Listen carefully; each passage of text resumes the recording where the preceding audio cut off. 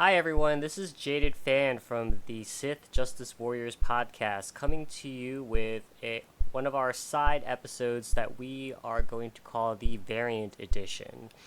These podcasts are off the beaten road, where whether it's off topic, on topic, but off schedule, outside of our normal recordings that you see posted on Monday.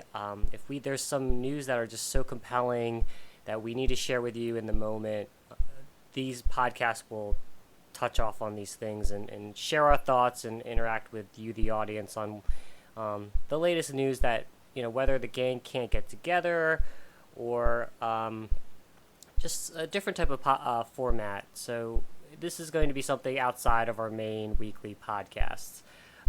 So hopefully, you guys can share your thoughts on this one and give us some feedback to see how we can kind of make this a little bit more toward what the audience is looking for in terms of the side off panel podcast. That being said, why I'm making this podcast is that there's been an interesting rumor going around, starting in YouTube. A YouTuber named Overlord DVD, and for those who don't know Overlord DVD, the channel is made by a person named Doomcock. Very funny guy, and I've listened to him a couple times on his channel. I've also listened to him when he joins the High Council, which is one of my favorite podcasts that I highly recommend those who share my views or just on Star Wars and comics, as well as just, want to hear a different perspective if you don't share those views, because sometimes, as much as the gang likes to kind of fool around and make some jokes, they actually do put out some salient points about what's going on with Star Wars and what the heck is Lucasfilm doing, and not even just Lucasfilm but Disney in general.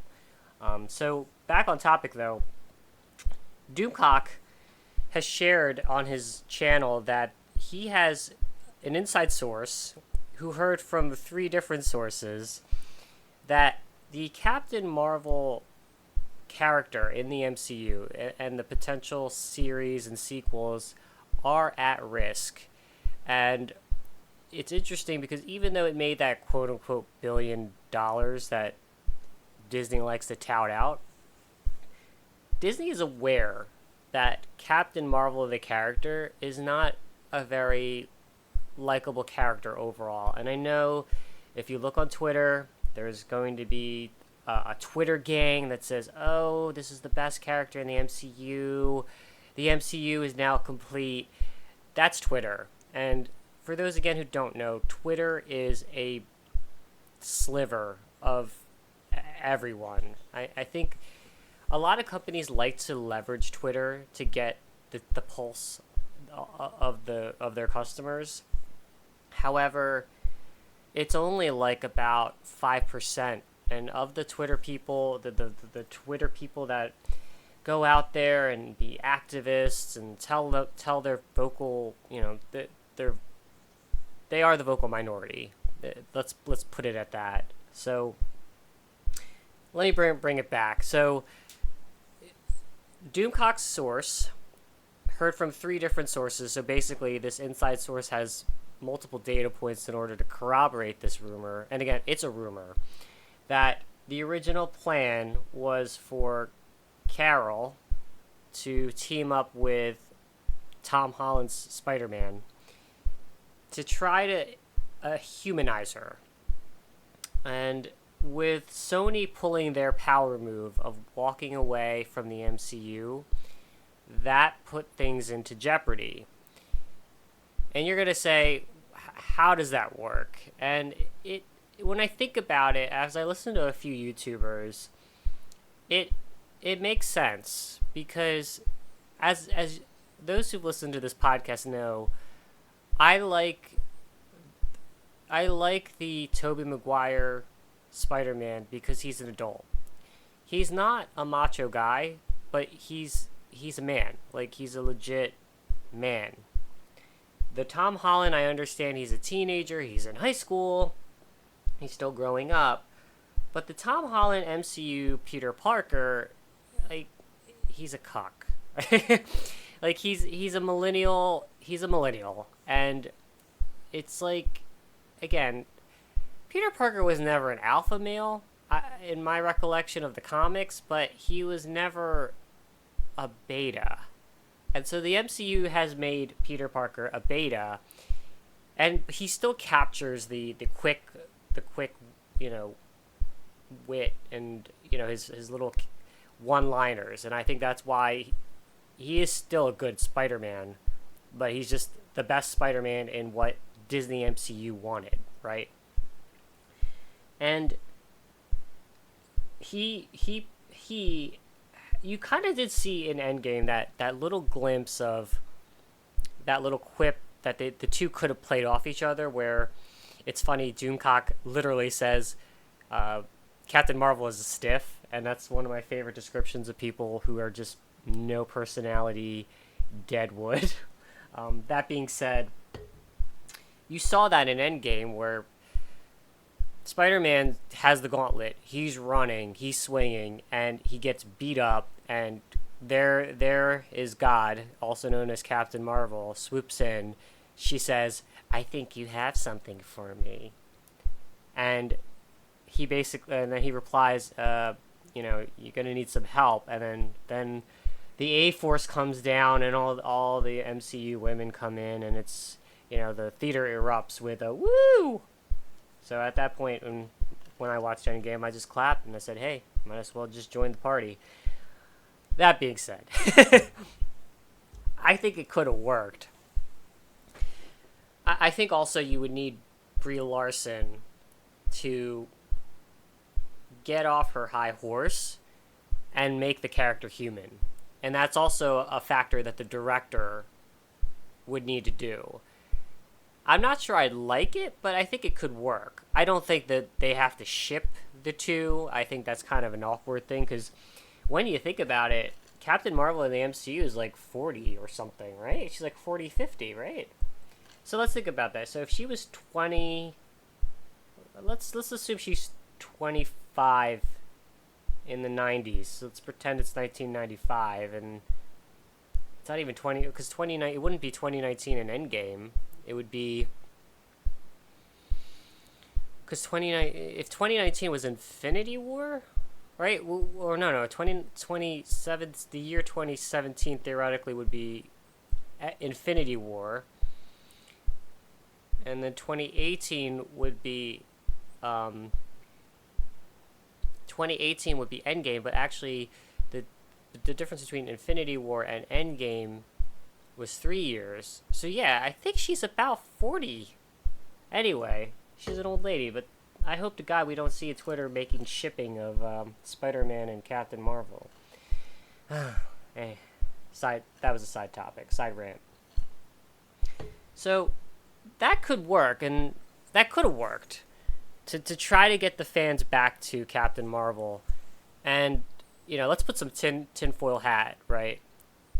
The comic books, there's been a lot of buzz about the fact that the Captain Marvel comic books that were hanging around the 20,000 sales, and that's 20,000 units shipped. That's not necessarily 20,000 units of actual comic purchased by the customer, the end user. Now, they've seen a spike in sales, and I think the last Comic-Con was about 38,000. It went from like 24 to 38 over the past 3 months, I believe. And part of it is that there's a lot of buzz because the rumor is they're going to kill her. There was also the article about the fact that there's a version of Carol Danvers that's going to be bad, which I gotta investigate, because I might actually get into this one. Because I think, as I mentioned in my previous podcast, I actually think that Carol needs this, because she's just a very boring, stiff character.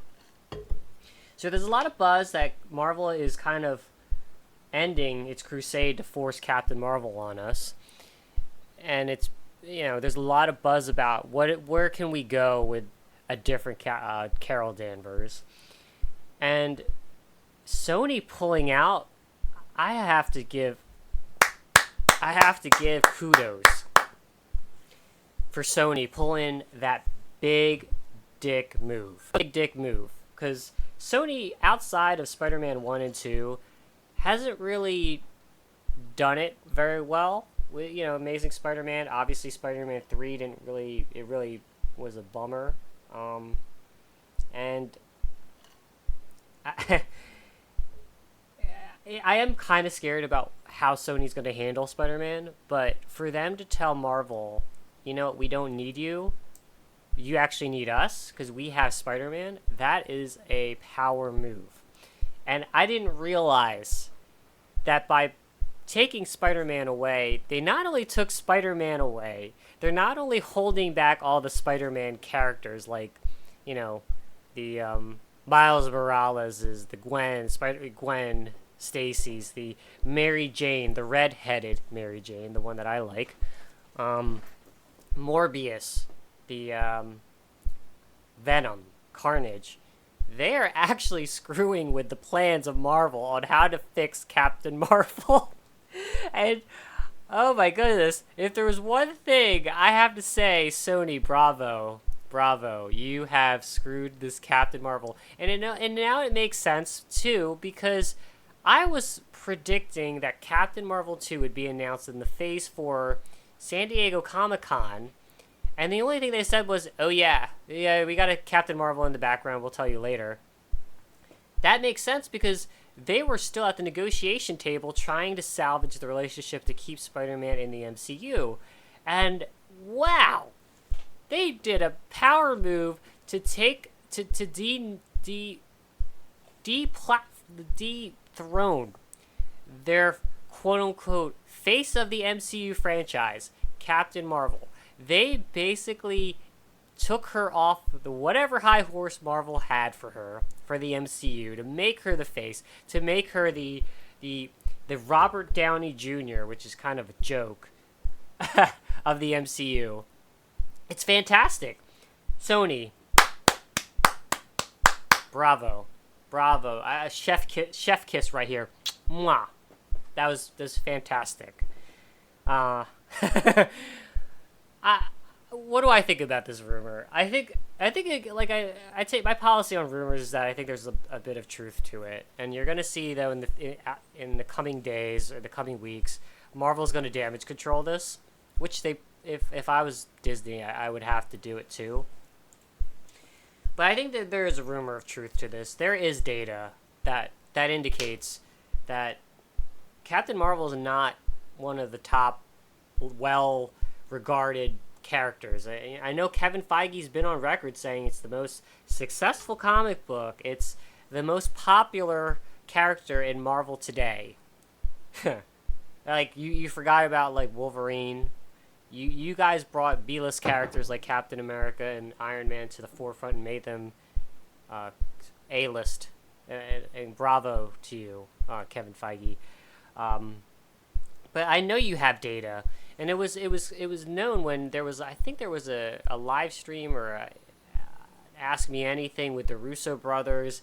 They had a poll, who was the strongest or who was the most popular Avenger, and they were disappointed to see that Captain Marvel was low on that list.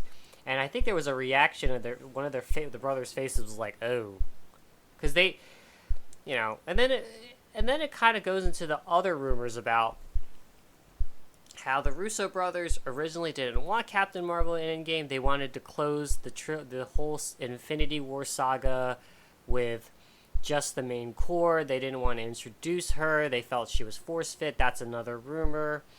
There was also the rumor that there was a different cut of Endgame where you saw more Captain Marvel.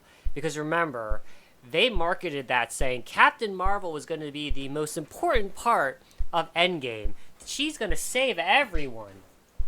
She had 5 minutes of screen time in the beginning, none in the middle, and she was there for like 5 minutes at the end, and all she did was run into a ship, and then headbutt Thanos, because somehow Thanos has all the Infinity Stones, but yet he couldn't touch Captain Marvel. But she got thrown aside, slapped aside. I don't know if you saw Endgame. that was actually the kind of the funniest thing, because he's like, "What the hell? How's this woman holding me back with my Infinity Gauntlet?" Anyway, ah, sometimes karma can work in funny ways, and I think that Disney, in its hubris, felt that they could muscle Sony. Sony knows that they had the negotiation power to walk away from the table, and let's be real, they're still talking. They're still negotiating. This will be done. Sony's just playing a game, and this is how all negotiators play. If you ever try to buy a car or buy something, sometimes your power move is to walk out that door. Sometimes these people need you more than you need them. And yeah, and I just find it hilarious that they needed Spider-Man to try to save Captain Marvel. We'll see. I mean, they might try to see if Miss Marvel, Kamala Khan, if she can be likable enough to replace Spider-Man. Oh, man. And then try to have her with Captain Marvel. I don't know. I find it fascinating that I think Disney Plus is where they're going to put all those shows. I think they're going to make an A-Force miniseries. I don't think they're going to put that in the big screen. I think it's going to be a Disney Plus miniseries like the Defenders were for Netflix. Because it's evident that there's data out there that even though 100% of Twitter is in love with Captain Marvel, that's like 5% of the population. And I'm sure normies don't have the emotional reaction, or whatever you want to call my view of Captain Marvel. Because to be on record, when they first announced Captain Marvel, I was actually very excited because I thought they would do the character justice. I didn't think that the Hollywood agenda of really going out of its way to make this message that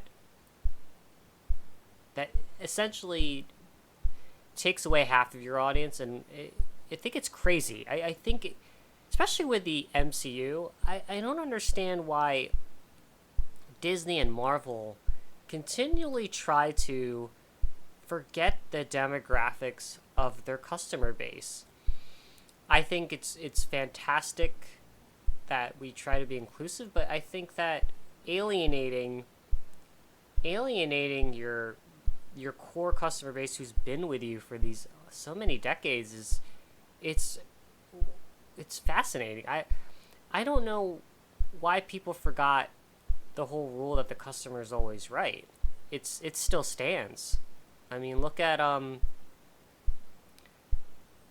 these companies that have really gone woke. I think the only one that really worked out well for it was Nike, because I think Nike, that demographic, that was their demographic. So whatever campaigning and social justice, that worked out for Nike, because I think that was always their base. And not only that, Nike has the rights for the NFL. So if you want NFL apparel, that was the only place you could really get the quote-unquote official stuff. But let me rein it back again to this Captain Marvel rumor. What can Disney do? I think this is what Disney's going to have to do. They're not... I'm trying to think and be positive of how you could salvage this. So, if I think about the characters remaining, you got Ant-Man. He's a likable character. You could probably have an Ant-Man Wasp kind of show up as the kind of side characters to try to humanize her. You could probably have Star-Lord. Star-Lord's another person who's likable, and you could probably play that dynamic. Maybe you could have a quote-unquote shipping triangle between Star-Lord, Gamora, and Captain Marvel. I don't know how that would work. I think I'd be more interested to see that with the X-Men coming. I would like to see maybe the Kitty Pryde Star-Lord thing and try to make the whole Gamora thing a little bit more interesting. And I like Zoe Saldana as a Gamora. I just felt that her character, when it came to like the relationship, was kind of weak. So I kind of want to see something a little bit more exciting in that whole dynamic. What else? Falcon, maybe Falcon, Bucky. You could have those two be in the background for Captain Marvel. Again, I'm trying to think about how you can humanize her, because I just want to see Captain Marvel done well. She doesn't have to be Tony Stark. That would do Captain Marvel, a disservice. I think, yeah, I think my top candidates, that if you try to salvage Captain Marvel and make her a quote unquote humanized, likable character, I'd say they need to turn to Star-Lord, because it would kind of make sense because they're both in space. Actually, you could have her with the Guardians, though you may need to kind of do something about putting Drax in the background, because Drax is sort of the stiff, but he's also a funny stiff, so I don't know how that work.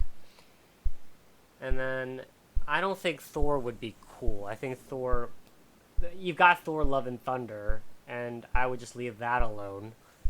And then if you put Captain Marvel back on Earth, I'd say humanizing her with Falcon, or if you want to do it, you can do the Rhodey dynamic, where she was dating Rhodey for quite some time in the comic books. There's also the opportunity to have her humanized with someone like, maybe, I don't know if it's Adam Warlock, but maybe the original Marvel. Because I thought, and my history is a little fuzzy on this one, I thought she was dating Marvel. You don't have to have her dating him. I think what you could do is have her, have a friend, at least. Because I have to watch Captain Marvel. I'm just waiting for it on Disney Plus, because I refuse to pay money to see a movie that when I look at the clips and I look at scenes, I'm about to just throw up. But I will watch it. And I will comment it on a future Variant Edition episode, because I think I owe it to the audience to sit through it. That being said, yeah, I think those are my top candidates. If Disney's out there looking and they can't get the Spider-Man deal done to have her pair up with Spider-Man, my recommendation would be, number one, pair her up with Star-Lord. It, again, doesn't have to be a relationship. Just pair her up, buddy cop thing. You could do that. You could then also do that, or the Guardians. The other option would be exploring the Rhodey dynamic. I don't, like, in this MCU, Rhodey was just there. I didn't really like Rhodey. So, I mean, but you could use that comic book source material. They're both Air Force pilots. Something that they can... I mean, you can use that dynamic, that they're Air Force pilots, they connect, maybe have a relationship if you want to do that. I know Hollywood doesn't want a female lead to have a relationship, and that's fine. But you could just have her connect on a former Air Force pilots type of thing. The third candidate would be Falcon, or Bucky. I think Falcon could stand alone with Captain Marvel, but I think if you do want to have Bucky, you kind of need Falcon in that one. I really love those two together. By the way, even though they're promoting Falcon and Winter Soldier to be a social commentary, I'm still excited about that, and I hope that that's all marketing. I hope that that's not what the content is. So we'll see how that goes. Maybe that's another episode where I review that one. So those are my top three. Another honorable mention to possibly try to humanize Captain Marvel would be Adam Warlock. But I think there's a bit of truth to this. I think that Disney knows that Brie Larson, the way that she is portrayed, Carol Danvers, has made her unlikable with the majority of folks. I think that they also are confused with the Twitter data. And they're right now a little bit, Disney itself is worried about what's going to happen with Star Wars, and the panel will talk about that because there's just too many leaks about that one. But I hope that Disney and MCU can make me like Carol. The way they marketed her, the way she went out there and told me that this character was XYZ, I couldn't stomach it. I couldn't. And you know what? My friends, they all know how excited I was when they first announced Captain Marvel. I'm looking at my Captain Marvel statue in my recording room right now, and I'm kind of like, why? How did my, I wouldn't call her adverse. She's not my favorite character in the Marvel, but I did like her again, and I think I probably thought about her in the Miss Marvel run as opposed to the Marvel, the current run you're seeing now. And I'm just like, dude, why can't we just get the J. Scott Campbell Captain Marvel? Or can we get like a Japanese manga artist to do Captain Marvel at least? Just make her like likable or something. I don't know. But I let's see what happens. I mean, I'm not shocked. In fact, actually, the idea that Disney is concerned about Captain Marvel, that they're scrambling to try to humanize her, as much as I like the carnage and the chaos, I think that's a positive thing, because what it means is that Disney is able to look at itself in the mirror and improve themselves. I know I can be a very jaded person, but if you do honest steps to try to, correct things, tweak things to make things right for the fans, I will give you another shot. And shocking as I'm happy that there's panic over Captain Marvel, I'm happy that they're acknowledging that there's a problem with Captain Marvel. And we shall see if they do something about it, because I want the MCU to keep going. But right now, after Endgame, my love for the MCU is kind of blah, I feel like it's done. And just when the X-Men are coming, and I was getting excited about, Cyclops, my favorite character, may come back. I saw, I'm just thinking about who could play Cyclops, because I can't get over James Marsden's Cyclops, the stiff, the vanilla character. It's the perfect Cyclops. And the way he portrayed his love for Jean in that Jean way, that was perfect Cyclops. And, no one gives Fox the credit. They really did that little love triangle between Scott, Logan, and Jean so well. It's just, chef's kiss right there. Like, they did it so well. And that's why forever will it be one of my top 3. X-Men 2 it will always be my top 3. I mean, I think Infinity War probably beats it, because it's just such a beautiful thing, and Winter Soldier, I think, is my non-Avenger, my top non-Avenger movie. But one, I probably would say that's number 2, X-Men 2, because one, I'm biased and I love the X-Men, but I'm so worried about this Marvel MCU version of the X-Men. And when the panel gets back, we're going to talk about this, because this Hollywood agenda just changing the established characters is kind of crazy. And at the same time, I mean, I'm not surprised. I'm honestly not surprised. So, Marvel, you break my heart all the time. You break my heart. But if you really are doing things to kind of humanize Captain Marvel, I will try to give you another chance, because that just shows me that you're willing to look at yourself in the mirror and acknowledge that you need to improve something.